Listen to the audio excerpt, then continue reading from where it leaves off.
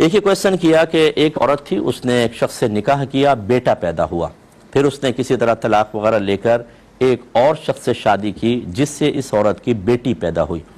اب کیا اس لڑکے اور اس بچی کا نکاح آپس میں ہو سکتا ہے یا نہیں ہو سکتا؟ دیکھیں، نہیں ہو سکتا۔ وجہ اس کی یہ ہے کہ جب ماں باپ ایک ہوں، یا ماں ایک ہو یا باپ ایک ہو، یعنی جیسا یہاں ہے کہ ماں ایک بچہ اسی عورت سے ہے، دوسرا بچہ اسی عورت سے ہے، باپ چاہے دو ہیں، لیکن یہ دونوں جو ہیں بچے یہ آپس میں اس ماں کی وجہ سے بہن بھائی بنیں گے،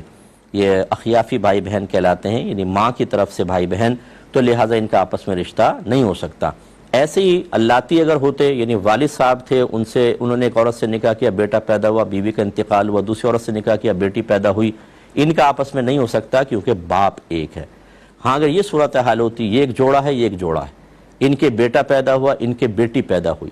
اس میں شوہر مر گیا، اس میں سے بیوی مر گئی، انہوں نے آپس میں نکاح کیا،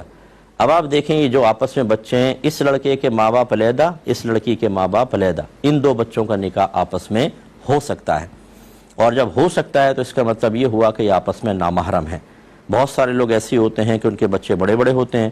بیوی کے بھی بچے بڑے بڑے ہوتے ہیں، اس کی زوجہ فوت ہو گئی، اس کا شوہر فوت ہو گئی، یہ آپس میں نکاح کرتے ہیں تو بچے بھی قریب آ جاتے ہیں، یہ سب آپس میں نامحرم ہیں، ان کو ایک دوسرے سے پردہ لازم ہی ہوگا، سامنے نہیں آ سکتے، اور ان کا آپس میں نکاح ہو سکتا ہے، یہ ذرا ذہن میں رکھیے گا۔